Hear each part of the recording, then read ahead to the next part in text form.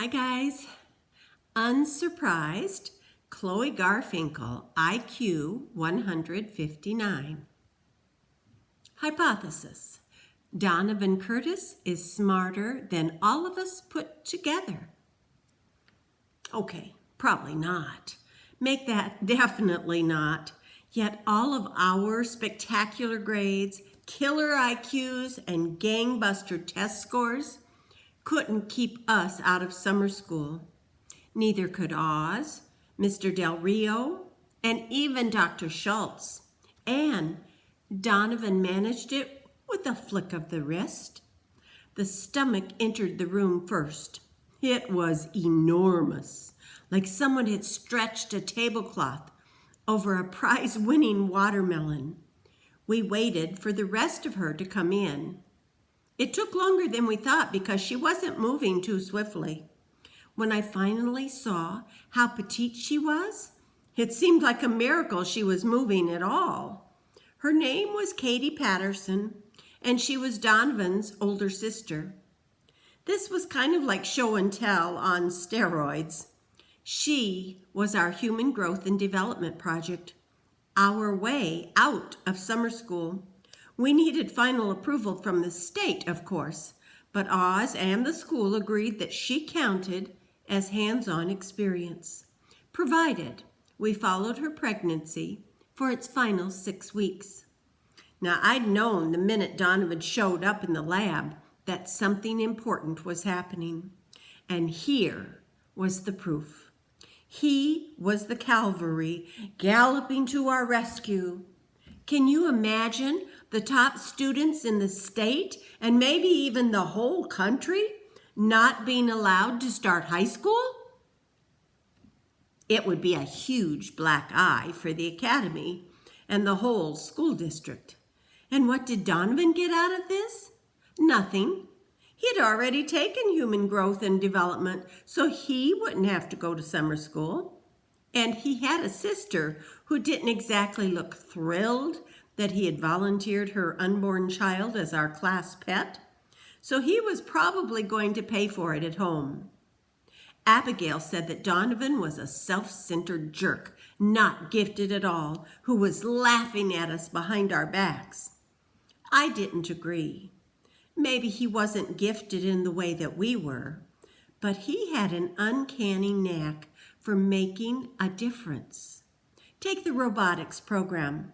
From a scientific standpoint, Tin Man hadn't changed at all since his arrival. Donovan had contributed a name, a few pictures from the internet, and his joystick skills. Yet somehow, he had transformed our entire team. We were focused, excited, united. Cold Spring Harbor had better watch out. Hypothesis: the whole is greater than the sum of its parts, especially if one of those parts is Donovan. Welcome to the robotics lab, Katie. Oz greeted the newcomer warmly. We're so grateful to you for helping us out by allowing us into your life. She glared in her brother's direction and then turned to the teacher. I have only one rule, and this one's a deal breaker. When you're 7.5 months pregnant, you go to the bathroom every time the wind blows. So when I have to run, nobody had better get in my way. Oz seized the teachable moment. What happens is the growing baby expands the uterus and puts pressure on the bladder. Whatever the reason, Katie continued, when I've got to go, everything else is on hold. I don't care if I'm performing CPR and have to leave one of you gasping and suffocating. Are we clear? Hypothesis: the belly rule. Whoever has the belly makes the rules. First off, Katie told us, being pregnant is the weirdest thing that's ever going to happen to you. It's like growing a whole extra body part that doesn't seem to do anything except bump into furniture and slowly get bigger so you can bump into even more furniture. I raised my hand. But aren't you excited? I was, she admitted. But then 6 months go by and you stop believing that it's ever going to happen. It's hard to maintain the fever pitch for almost a year. Her expression grew sad. And it's hard to think that when this baby is born, its dad won't be there to see it. When did he die? Came Noah's nasal voice. Donovan brayed a laugh right in his face. He's not dead, wise guy. He's a tank commander in Afghanistan, and he won't be home in time. Oz jumped in. You get used to Noah, he said quickly. He's not being insensitive, I assure you. Katie nodded. Another thing about being pregnant, your body, which used to be your own private business, is suddenly a hands-on theme park for total strangers. Everybody in a white coat pokes, prods, or examines you in some way or another. And for what they can't see, they have plenty of sophisticated machines that can look inside you. I brought a few of my sonogram pictures if anyone's interested in having a look. We all were. I think Katie was kind of surprised about that.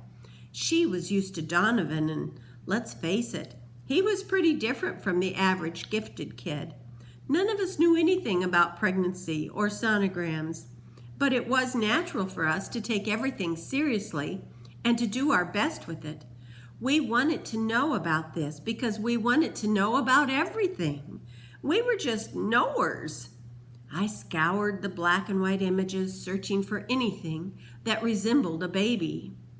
I think I spotted a set of ribs and maybe a foot, but I also saw something that looked like a bust of Abraham Lincoln, and that definitely wasn't in there. Abigail thought she'd found the head, but Katie explained that it was just a bubble in the amniotic fluid. Luttrell was convinced he saw twins. Kevin and JC saw nothing at all. Donovan wouldn't even try. I'll have plenty of time to look at it after it's born. It's going to be my niece or nephew, whatever. Noah stepped forward for a closer look. If it's a girl, he said finally, then what's that? And we could all see exactly what he was pointing at. Katie looked both startled and forlorn at the same time. We didn't want to know the sex. We wanted it to be a surprise. He could be wrong, Oz managed without much conviction. The rest of us nodded in agreement, but we knew better. Noah was never wrong, unless he wanted to be. Better start knitting blue booties, Donovan told his sister. She looked daggers at her brother. Wipe that grin off your face, Donnie. I wouldn't even be here if it wasn't for you. So everything that happens here is your fault. Hypothesis. Brothers and sisters forge family bonds through a complex byplay of accusations and insults. It wasn't all business. Katie wanted to see the robot, so we gave her a little demonstration. And while Donovan was operating Tin Man, I ended up next to his sister. What's he like at home? I whispered. Oh, he's a barrel of laughs, she replied. He drinks orange juice out of the bottle, carpets his room in old socks, watches poker on TV, and has never said the words thank you in living memory. Should I go on?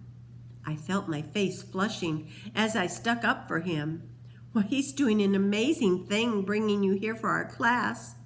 She cast me a piercing look that instantly had me on the defensive.